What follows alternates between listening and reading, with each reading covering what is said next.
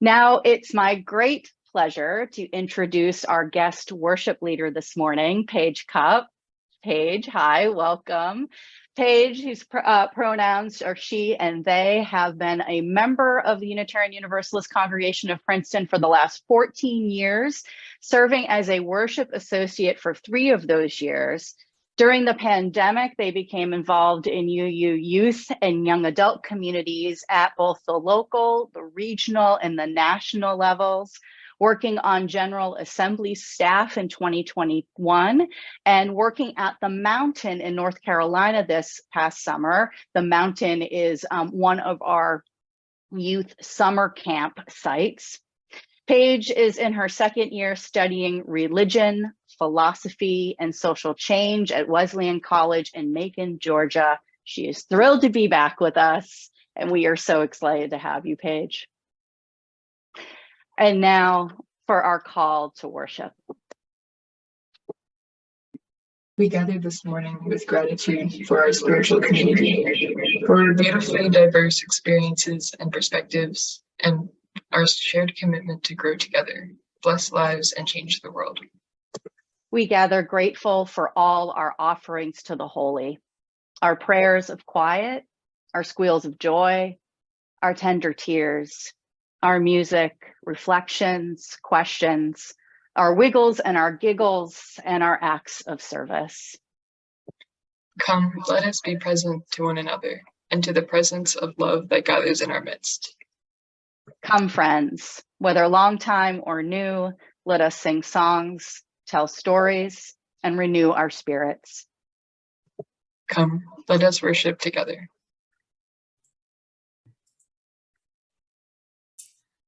For the gift of this day and for our community of spiritual nurture and compassion, we give thanks. We light this chalice as a symbol of our faith. May our many sparks meet and merge in communion of heart and soul. Good morning. I grew up in a secular Jewish home in a sprawling suburban town where we could count the Jewish families on one hand. Growing up, my parents let me celebrate Christmas and Easter at my friends' houses. They let me sit on Santa's lap at the local department store and belt out lyrics like "The Little Lord Jesus" while Christmas caroling around the neighborhood with my Christian friends. But as liberal and secular as my parents were, my family did not bring signs or symbols of Christian holidays, pagan, cultural, or otherwise, into our home. No pretty lights or hanging of any kind of greens, no painting of eggs or hunting around the house for them in our house. We were a Jewish family, and those things were verboten. Thanksgiving, on the other hand, was inclusive, even of my Jewish family. Every year on Thanksgiving, we gathered as an extended family, like all the other Americans, to eat that most traditional of American meals, right down to the green bean casserole and marshmallow-topped sweet potatoes. In the early years, my parents, my sister, and I made the 3-hour trek to my Nana's house in our white Pontiac station wagon, eager with anticipation and mouths watering. Long after the meal was done, I went to sleep with the sounds of my papa and my uncles joking and laughing about my Nana's pies. Pies so dense they lay in one's stomach like a sack of lead, they said. I loved Thanksgiving as a child, not only because my favorite food in the world was mashed potatoes with gravy, but because it made me feel normal, like a member of the club, same as all my friends, ordinary American. As the years went by, friendship, marriage, death, divorce, and distance changed the faces of those seated around me year by year. This adding and subtracting of loved ones has been at times joyful and at other times trying and sad. Loss has a way of sapping the color from even the most festive of events, and yet whoever was absent in any particular year I have always received a seat at the Thanksgiving table, and for that, I am deeply grateful.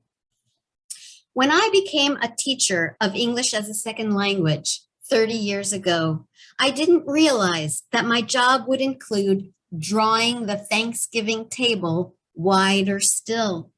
I happened to enter the profession in the 1990s, just as one of the biggest influxes of immigration to the United States was underway. I took a job at Hudson County Community College in Jersey City, where thousands of new immigrants have come to learn English. What started as a mere job for me has become a vocation, a kind of calling to ensure that this large, mostly impoverished, academically underprepared immigrant population finds footing. It often takes our immigrant students much longer than they expect, not only to learn the English they need to read a college textbook, but to acclimate to their new homeland. Each of their stories is unique, but I have learned that there is a common thread.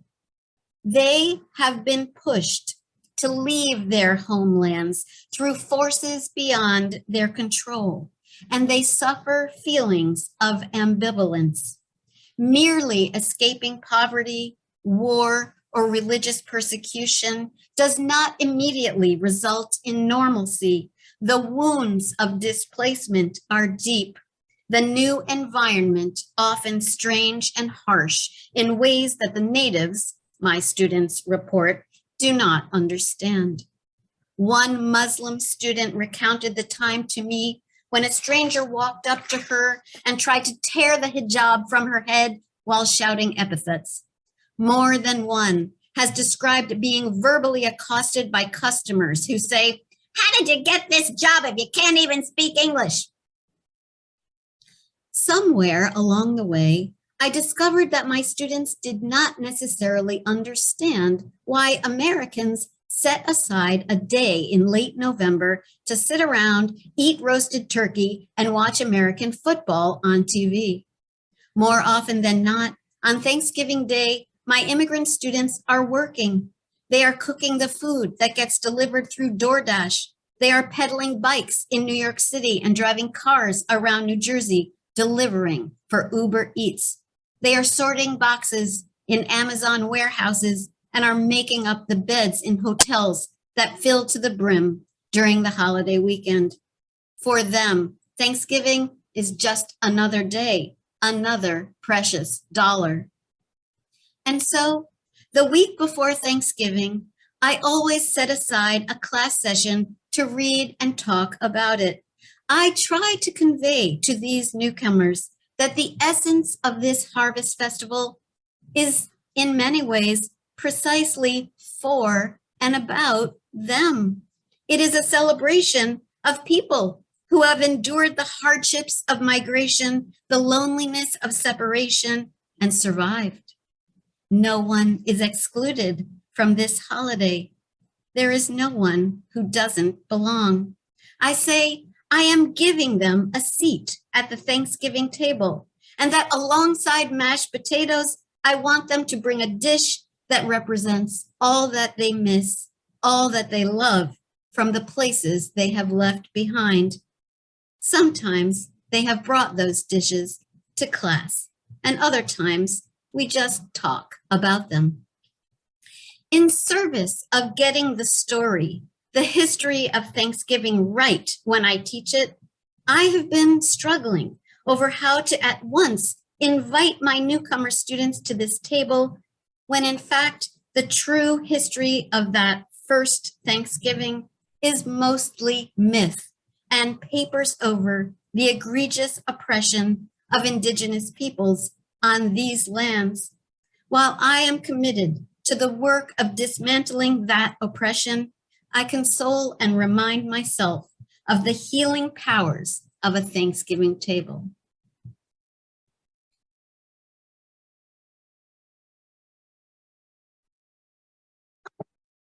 The song From You I Receive was composed by two brothers, both rabbis. Through these four familiar lines, they capture one of the most fundamental parts of the human experience, sharing.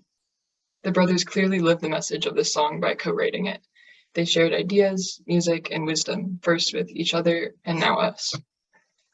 In just 3 words, the composers capture the inevitability of our togetherness. Together, we share. It's not together we try to share, or even together we must share, because that would imply that sharing is optional, as if the sun chooses to rise each day. To be alive is to be intertwined with one another. As long as we live, and even after, we're constantly sharing. And I do mean that literally. For example, studies show that during storytelling, the audience's brainwaves sync with the speakers and each other. When we are sharing stories, we are not only learning information, but our brainwaves join with one another. But for now, I would like to focus less on what we share. Our gifts are each too unique and too many to do it justice in this format. Rather, how we do it is just as important. It is together that we share. Together means us, in this space, grounded in this moment and gathered in this celebration of mutual care. Together means the people you came here with, those next to you, an old friend or someone you've just met, our musicians and worship team, newcomers, and all of those who have been essential to this community for decades. This is likely the first and last time that this exact combination of people will share this space. And this is exciting. And I think there's more to the story. In my experience, humans can cultivate a togetherness that transcends the physical space we're in. If you've ever had a long-distance friend or relative, you'll know what I'm talking about. When I call my family from school almost 1,000 miles away, I cannot help but know that I'm together with them still. Honestly, this is true even on days that I don't get to speak with them. Our influence on each other's lives is too great to be shattered by distance. Every day, I think of my sister and my parents and everyone back home, and I'm reminded of the lessons they've taught me. I like to think that they do the same. So I challenge you to look beyond togetherness in a strictly physical state. Together means us, gathered here in this space, but it also includes the people who have given something to us, those who shared something that you've brought with you here. The memories, experiences, and wisdom imparted by those who are no longer with us due to distance, circumstance, or even death continue to live on through the lives of those they touched. Not only are we bringing ourselves into this space, but we are bringing all that others have shared with us as well. The authors of our hymns today aren't here, and I don't think anyone here has ever met them, yet their words are essential to our worship. In my writing, I can still hear the advice of my childhood English teachers. You've probably never met them, yet their impact on me now flows through to you.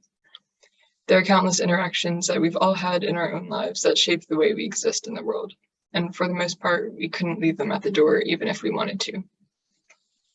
So may we share generously and intentionally, with the knowledge that the ripples cast by our own gifts spread far and deepen our place within the interdependent web of life. May we be comforted and empowered, knowing that there is connection in everything that we do. And most importantly, let us remember that together we share. Good morning, everyone. Firstly, we would like to say thank you to all of those who were able to drop off food donations for Arm in Arm, and this being one of the items that happened to be up there. And again, we wanted to say thank you for your generosity. Blessed Earth Mother, we are grateful for the bountiful harvest that has been freely given, and with love and concern for those who are in need. We are grateful, Earth Mother, for your giving so freely of yourself so that we may follow in your example to do the same to help those in need. We ask you to please bless this food. May it provide its recipients with the nourishment and strength to go on. We also humbly ask that you continue to bless us with a bountiful harvest each year. And may that blessing of a bountiful harvest expand to include all those in need. May we all, as a local community, residents of a state located in a nation within our global community, continue to follow your example by continuing to give freely to those in need, so that one day all may have their fill and some. Blessed be, and amen.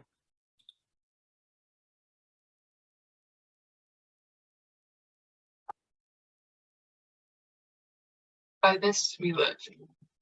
I'm taking a class on community development this semester. Early on, my professor challenged us to reflect on what communities we are a part of.